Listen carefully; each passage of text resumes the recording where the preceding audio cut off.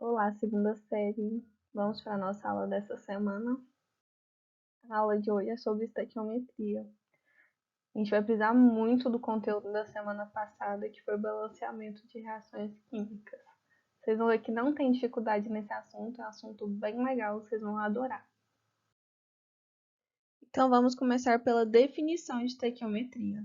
Apesar de ser uma daquelas matérias que podemos saber a definição, mas só aprendemos mesmo através da prática, da resolução de exercícios. Estequiometria é o cálculo da quantidade das substâncias envolvidas em uma reação química. Através da estequiometria, é possível calcular a quantidade de produto que será formada, ou então a quantidade de reagente que a gente precisa, ou ainda o rendimento da reação. Através da estequiometria, conseguimos relações específicas, como quando vocês me perguntam em sala de aula como faço para obter 3 kg de determinado produto. Com a estequiometria, a gente vai conseguir calcular como obter esse produto, essa quantidade, seja em massa, volume, quantidade de matéria ou ainda quantidade de molécula. Para isso, é necessário que nossas reações estejam balanceadas. Por isso que eu falei da importância de aprender a balancear a equação corretamente. Para essa matéria, é necessário relembrar um conteúdo da primeira série, as leis ponderais. A primeira lei ponderal é a lei da conservação da massa, a lei de Lavoisier. Ele é aquele que dizia que na natureza nada se cria, nada se perde, tudo se transforma. Traduzindo isso quimicamente, fica: num sistema fechado, a massa total dos reagentes é igual à massa total dos produtos. Vamos ver isso na prática? Tenho aqui minha reação balanceada. Nitrogênio mais hidrogênio formando amônia. A massa do nitrogênio. Eu tenho 2 átomos de nitrogênio. Cada nitrogênio tem 14 gramas. Como eu sei disso? Por causa da tabela periódica. Então, 2 nitrogênios vão ter 28 gramas. O hidrogênio. Cada hidrogênio tem massa 1. Só que eu tenho 6 hidrogênios, porque meu índice 2 eu multiplico pelo meu coeficiente. Aula de balanceamento. Então, eu tenho 6 átomos de hidrogênio. Então, 6 vezes 1, 6. Somando 28 com 6 gramas, tenho 34 gramas. Já a massa molar da minha amônia é 17 gramas. Como eu calculei? Através da tabela periódica. Então, eu tenho 2 moléculas de amônia. 17 vezes 2 dá 34 gramas. Então, perceba, nos reagentes eu tenho 34 gramas. Nos produtos, também 34 gramas. Isso indica que a lei de Lavoisier está aplicada na reação. Eu não perdi nada, eu não criei nada. A massa que tinha nos meus reagentes foi transformada na massa dos produtos. A massa de antes é igual à massa de depois. A segunda lei ponderal é a lei das proporções constantes, a lei de Proust. Ela fala que toda substância apresenta uma proporção em massa constante na sua composição. Aqui temos a reação de decomposição da água. Então, no primeiro experimento, tem uma determinada quantidade de massa, formando uma determinada quantidade de hidrogênio mais uma determinada de oxigênio. Percebam que em todos os 5 experimentos, segue a lei de Lavoisier. Como eu vou descobrir se segue a lei de Proust, a lei da proporção constante? Eu vou dividir minha quantidade de massa do hidrogênio pela minha quantidade de massa do oxigênio. Então, na minha primeira experiência, qual a massa do hidrogênio? 10, dividido pela massa do oxigênio, 80. Que 10 dividido por 80, 0,125. Na segunda experiência, massa do hidrogênio 4 dividida pela massa do oxigênio 32. 4 dividido por 32, 0,125. Na experiência 3, massa do hidrogênio 0,02. Massa do oxigênio 0,16. 0,02 dividido por 0,16, 0,125. Na quarta experiência, massa do hidrogênio 1, massa do oxigênio 8. 1 dividido por 8, 0,125. Na quinta experiência, massa do hidrogênio 0,3, massa do oxigênio 2,4. 0,3 dividido por 2,4, 0,125. Ou seja, certinho, segue a lei de Proust. Eu poderia dividir também a massa da água pela massa do hidrogênio ou a massa da água pela massa do oxigênio, desde que eu pegasse a mesma proporção nas 5 experiências. Aqui eu escolhi hidrogênio dividido por oxigênio e deu o mesmo número. Como eu peguei os mesmos elementos nas 5 reações, nos 5 experimentos, e essa mesma proporção foi encontrada nas 5 divisões, ok, seguiu a lei de Proust. Agora a lei volumétrica de Gay-Lussac. Essa lei fala sobre volume, como o próprio nome já conta, mas ela vale exclusivamente para sistemas gasosos. Ela diz que se a pressão e a temperatura forem constantes, o volume dos gases participantes obedece uma relação de números inteiros e pequenos. Agora vamos exemplificar a lei volumétrica de Gay-Lussac. Temos aqui a reação de formação da água, hidrogênio mais oxigênio resultando em água. Foram feitos 4 experimentos. No primeiro experimento, 2 litros de hidrogênio reagiu com 1 litro de oxigênio, formando 2 litros de água. Então, a proporção ficou 2, 1, 2. Perceba que meus coeficientes formaram minha proporção. 2 litros de hidrogênio, 1 litro de oxigênio e 2 litros de água. No segundo experimento, 4 litros de hidrogênio mais 2 litros de oxigênio, resultando em 4 litros de água. Podemos simplificar essa proporção. Lembra, simplificar lá da matemática significa dividir todos os meus números por um número incomum, conseguindo assim o menor número possível. Por qual número eu posso dividir essa proporção? Por 2. Então, 4 dividido por 2, 2. 2 dividido por 2, 1. 4 dividido por 2 de novo, 2. Então, minha nova proporção vai ser escrita 2, 1, 2. No terceiro experimento, 8 litros de hidrogênio reagindo com 4 litros de oxigênio, resultando em 8 litros de água. Posso simplificar essa proporção? Posso sim, dividido por quanto? Por 4. Então, a proporção vai se representar por 2, 1, 2.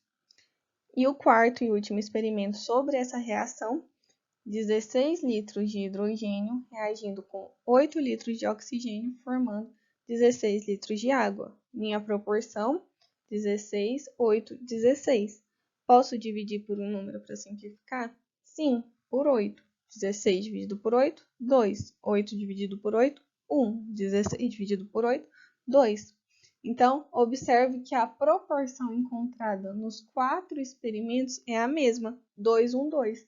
Então, essa reação foi comprovada que ela segue a lei de Gay-Lussac, através desses 4 experimentos que têm a mesma proporção volumétrica, certo?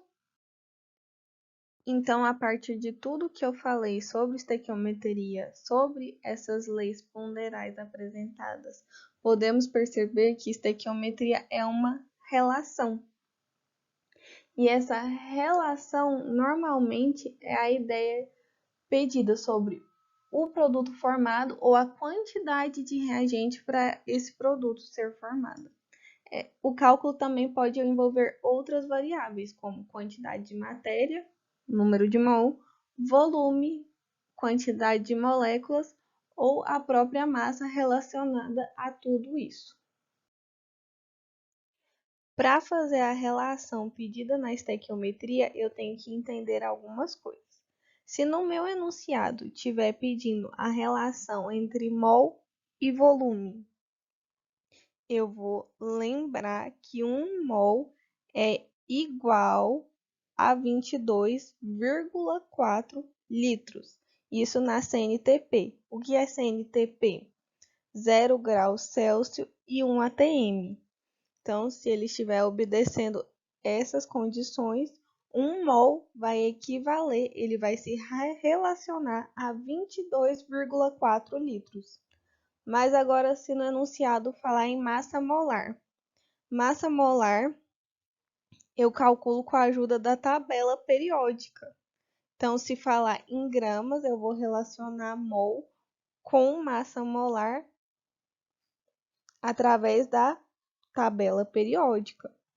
Agora, se eu relacionar mol com número de moléculas, se no enunciado estiver pedindo número de moléculas, eu vou usar o número de Avogadro. Que número é esse? 6 vezes 10 a 23 moléculas.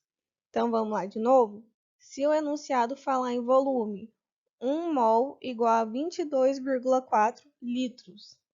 Se o enunciado me falar em massa molar, vou lá na tabela periódica, calculo a massa do composto pedido e igualo a 1 mol.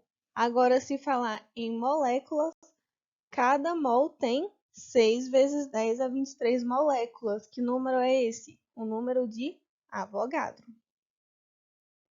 Montando um passo a passo dos exercícios de estequiometria, posso falar que a primeira coisa a ser feita é escrever a reação química. A segunda, balancear essa equação. E, por último, estabelecer uma regra de 3, relacionando os dados pedidos no problema. Isso dos dados pedidos no problema é bem importante, porque não adianta o enunciado pedir número de mol e você calcular o volume, ou o enunciado pedir massa e você dar número de moléculas. Tem que estar bem atento a isso. Vamos fazer um exercício de cada para ficar bem claro para vocês. O exemplo com quantidade de matéria. Qual a quantidade de matéria de álcool etílico C2H6O que deve reagir para fornecer 12 mols de gás carbônico? Considere a seguinte reação de combustão completa. Aqui eu tenho minha reação de combustão já balanceada, certo? Podem conferir aí que ela está balanceada certinho. Então, eu vou voltar ao meu enunciado. Está me perguntando sobre o álcool etílico. Na minha reação, vou localizar o álcool etílico. Depois, pergunta sobre o gás carbônico. Então, da minha reação toda, eu vou usar só esses dois componentes, só o álcool e o gás carbônico. Aqui da minha reação, qual é o coeficiente do álcool? Não aparece. Se não aparece, é 1. Então, eu tenho 1 mol de álcool reagindo e formando quantos mols de gás carbônico? 2. Por que 2? Porque é o coeficiente do gás carbônico. Então, olhando na minha reação, eu tenho que 1 mol de álcool forma 2 mols de gás carbônico. Só que observe o enunciado, ele não quer 2 mols de gás carbônico, ele quer 12 mols. Então, embaixo do 2 eu coloco 12. Eu sei quanto eu preciso de álcool? Não, se eu não sei, eu chamo de X. Observe que álcool está embaixo de álcool e gás carbônico está embaixo de gás carbônico. Muito importante essa parte. Vamos de novo? Na minha reação, tenho 1 mol de álcool formando 2 mol de gás carbônico. Só que no enunciado me pediu 12 mols de gás carbônico. Então, eu não sei quantos mols de álcool eu preciso. vou chamar de x. Agora, eu faço minha regrinha de 3. 2 vezes x, 2x. 12 vezes 1, 12. O 2 está multiplicando, vai passar para cá dividindo. Então, x é igual a 12 dividido por 2. 12 dividido por 2 dá 6. Então, é necessário 6 mols de álcool para formar 12 mols de gás carbônico. Agora, o exemplo com massa. O cromo é obtido por aluminotermia, que usa o óxido de cromo 3 proveniente do minério cromita. A massa de cromo obtida a partir de 1 tonelada de óxido de cromo 3 é aproximadamente igual a... Então, como eu sei que está pedindo massa no enunciado? Porque está falando a massa obtida é igual a... É como se tivesse uma interrogação aqui. Então, a primeira coisa que eu vou fazer é calcular a massa molar do meu óxido de cromo. Tá vendo que veio como dado as minhas massas atômicas? Então, no óxido de cromo, eu tenho 2 cromos. Cada cromo tem massa atômica de 52. Então, 2 vezes 52, 104. Mais meu oxigênio. Oxigênio, cada átomo de oxigênio tem massa 16, só que eu tenho 3 oxigênios. Então, 16 vezes 3, 48. Somo esses dois resultados. 104 mais 48, 150 gramas por mol. Essa é a minha massa de óxido de cromo. Agora, o segundo passo é calcular a massa do cromo presente em reação. Eu tenho 2 cromo coeficiente 2. A massa molar do cromo é 52. Então, 2 vezes 52, 104 gramas por mol. Perceba que o primeiro e segundo passo foi só sobre a reação química. Já o meu terceiro passo envolve o que o enunciado pediu. O que o enunciado perguntou? Quanto de cromo vai ser formado a partir de 1 tonelada de óxido de cromo? O que eu vou fazer? Transformar essa tonelada em gramas. Então, 1 tonelada vezes 1000 eu transformo em quilogramas. 1000 quilogramas. Só que eu quero transformar em gramas. Então, 1000 vezes 1000, 1 milhão de gramas. Agora que eu já tenho todos os meus dados necessários transformados em gramas para fazer meus cálculos estequiométricos, vou montar minha regra de 3. Lembrando dos 3 passos daquele passo a passo que eu passei. A reação está aí, balanceada. Também, né? A reação já está balanceada. Agora, o último passo, que é montar a regra de 3. Então, aqui minha reação balanceada, né? Novamente. Só que o que me interessa dessa reação? Somente o óxido de cromo e o cromo. Então, separei aqui. Só que qual que é a massa que eu tenho inicialmente em reação do óxido de cromo? 150 gramas. Por quê? Por causa do primeiro passo desse exercício. E qual que é a massa que eu tenho de cromo nessa reação? 104 gramas. Por quê? Segundo passo desse exercício. Só que agora o enunciado pede 1 tonelada de óxido de cromo. 1 tonelada equivale a 1000 gramas de óxido de cromo. Isso vai me dar quanto de cromo? Eu não sei. Por eu não saber, eu chamo de X. Agora eu faço minha regrinha de 3. 152 vezes X, 152x. 1 milhão vezes 104, 104 milhões. Meu 152 está multiplicando. Está multiplicando, passa para lá, dividindo. Então, x é igual a 104 milhões dividido por 152. Isso me dá um resultado de 684.210,53 gramas. Só que o enunciado também pediu esse valor em quilo. Como que eu transformo esse valor em quilo? Eu divido por 1000. Então, esse número grandão dividido por 1000 dá 684,21 quilogramas. Agora o exemplo com o volume. Sob condições apropriadas, o gás acetileno, C2H2, e ácido clorídrico, HCl, reagem para formar cloreto de vinila, C2H3Cl.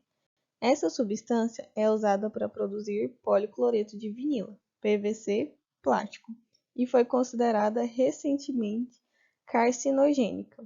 A reação na formação do C2H3Cl pode ser apresentada pela equação C2H2 mais 1HCl, resultando em C2H3Cl. Quando se obtém 2 mol de cloreto de vinila, o volume do gás acetileno consumido na CNTP é igual a...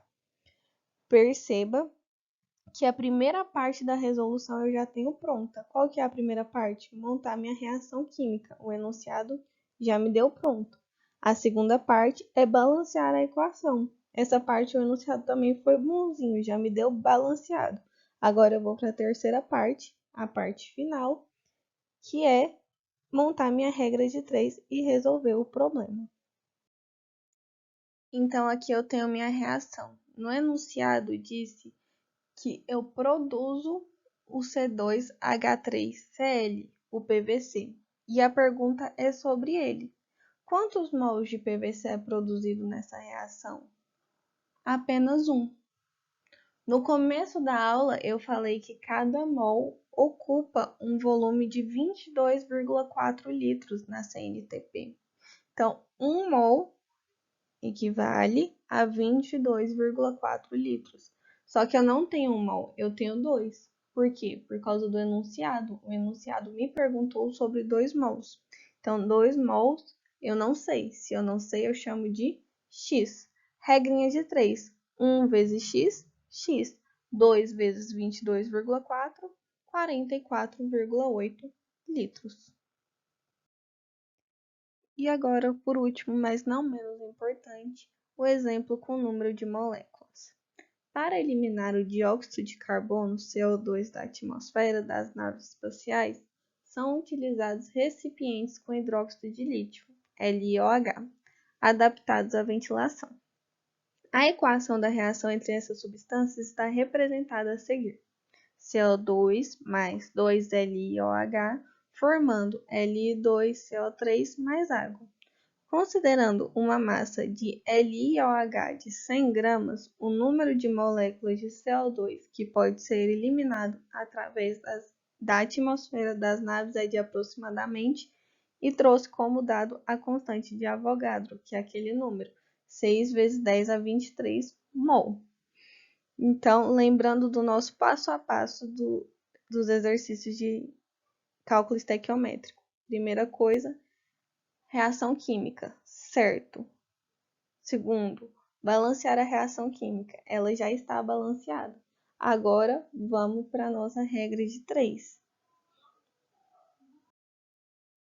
Então, o primeiro passo vai ser calcular a massa do nosso LiOH. Na tabela periódica, sabemos que a massa atômica do lítio é 7. Temos um lítio, então, 1 vezes 7, 7. Em seguida, oxigênio. Oxigênio, massa atômica 16. Tem um oxigênio, então 16 vezes 1, 16. Por último, hidrogênio, massa atômica 1. Temos um hidrogênio, 1 vezes 1, 1. 7 mais 16 mais 1, 24 gramas por mol. Essa é a massa molar do LiOH. Então, agora que eu já tenho tudo convertido, tudo certinho, eu vou aplicar a regra de 3 de acordo com o que o enunciado pede. Apesar de ter minha reação completa, eu vou usar somente o CO2 e o LiOH, que são os citados no enunciado.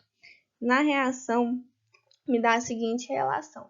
1 mol de CO2 reagindo com 2 mol de LiOH. Da onde eu tirei isso? São meus coeficientes de reação. Ao lado do CO2, não apareceu nada. Então, se não apareceu nada, é 1. Só que o que acontece? No enunciado, ao se referir ao CO2, se referiu em moléculas. Então, eu tenho que converter meu mol de CO2 em moléculas. Como eu faço isso? Eu multiplico a quantidade de mol de CO2 pelo número de Avogadro, que é o 6 vezes 10 a 23. Então, 1 vezes 6 vezes 10 a 23, né? 6 vezes 10 a 23 moléculas de CO2. Já quando refere ao LiOH, refere em gramas.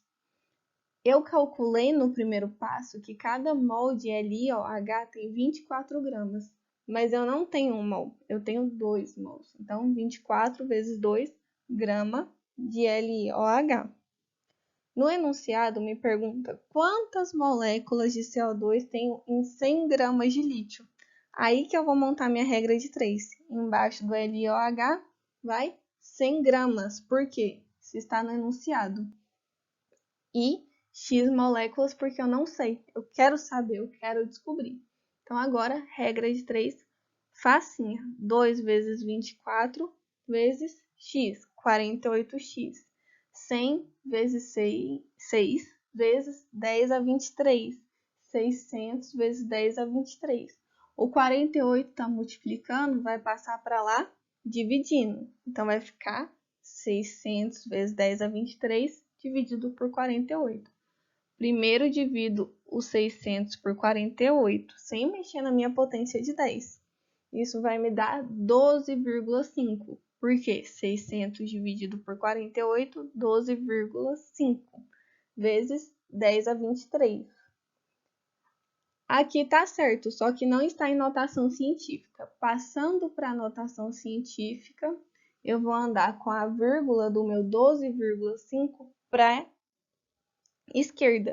Se minha vírgula for para a esquerda, a minha potência de 10 aumenta. Minha vírgula andou uma casa para a esquerda, então minha potência de 10 aumenta 1. Fica 1,25 vezes 10 a 24 moléculas de CO2. Então é isso, espero que vocês tenham entendido e até semana que vem.